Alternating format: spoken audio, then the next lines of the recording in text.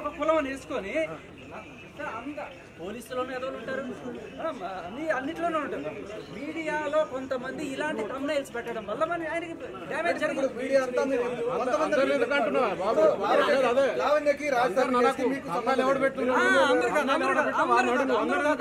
అందరూ కాదు అదే అడుగుతుంది. మరి నేను ఇప్పుడు ఆ కేసుకి మీకు సంబంధం లేదు, లావణ్య వేరే రాజధాని వేరే, కానీ ఎస్పెషల్ మీరు ఎందుకు మధ్యలో వచ్చారు? మీకేం సంబంధం? నన్ను లాగిందే మీడియా.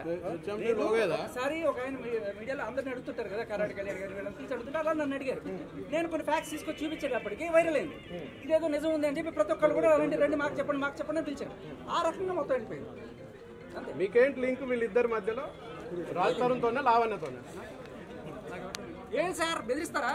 ఎంత మీడియా అయితే మాత్రం మాఫియా సార్ అంటే చూపించండి, ఇట్లా చూస్తున్నాడు నేను.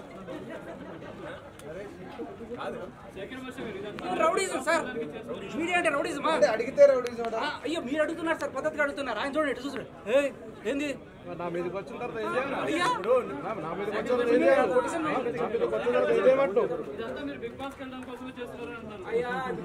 కూడా అయిపోయినాయి, ఇప్పుడు ఇవన్నీ ఎందుకు అవసరం లేదు.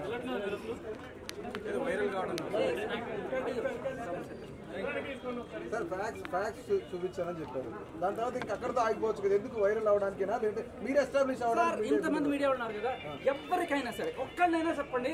ఇంతమంది నాకు మీరు ఎవరు నాకు తెలిసి ఫోన్ చేస్తే ఒక్కళ్ళకైనా సరే నేను ఫోన్ చేసి సార్ నేను మీతో మాట్లాడాలనుకున్నాను వస్తాను చెప్పి ఒక్కళ్ళతో చెప్పించండి సార్, నా కాల్ రికార్డ్ అయినా చూపించండి, గుండు గీచుకుంటా. ఎవరైనా ఫోన్ చేస్తే నేను వెళ్తున్నాను, ఫోన్ చేస్తున్నారు, అడుగుతున్నారు, వెళ్తున్నారు, ఎక్కడైనా చూపించండి. ఒక్కళ్ళకి చెప్పడానికి వెళ్తున్నారా లేదంటే వైరల్ అవడానికి వెళ్తున్నారా? అలా ఏం లేదు.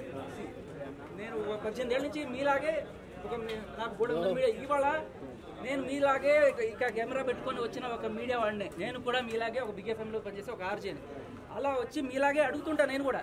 ఏ రోజు నేను ఇటుపక్క రాలి అటుపక్కే ఉండేవాడిని, కానీ సడన్గా ఇది వచ్చిన తర్వాత 4-5 మాట్లాడడం వల్ల ఇట్లా వైరలేను తప్ప నేను ఈ 18 ఏళ్లలో ఈ నాటుకున్న వృక్షానికి ఉన్న బోర్డుని వేళ్ళు ఎక్కడెక్కడో ఉన్నాయి. అందరూ ఫ్రెండ్సే పిలిచి అడుగుతారు. నన్ను అడగడం కాదు సార్, ఆవిడ ఏం మొహం పెట్టుకుని వచ్చావని అడగండి సార్. మీ గుండెకాయ ఎక్కడ పెట్టుకున్నావు, మీ మొహం ఎక్కడ పెట్టుకున్నావు అడగండి అంతే. అదేమ్మా మీరు చేయాల్సిన పని నేను చేస్తున్నా అన్నాడు. మీకు ఎవరికి దమ్ము లేదా ధైర్యం లేదా అడగడానికి?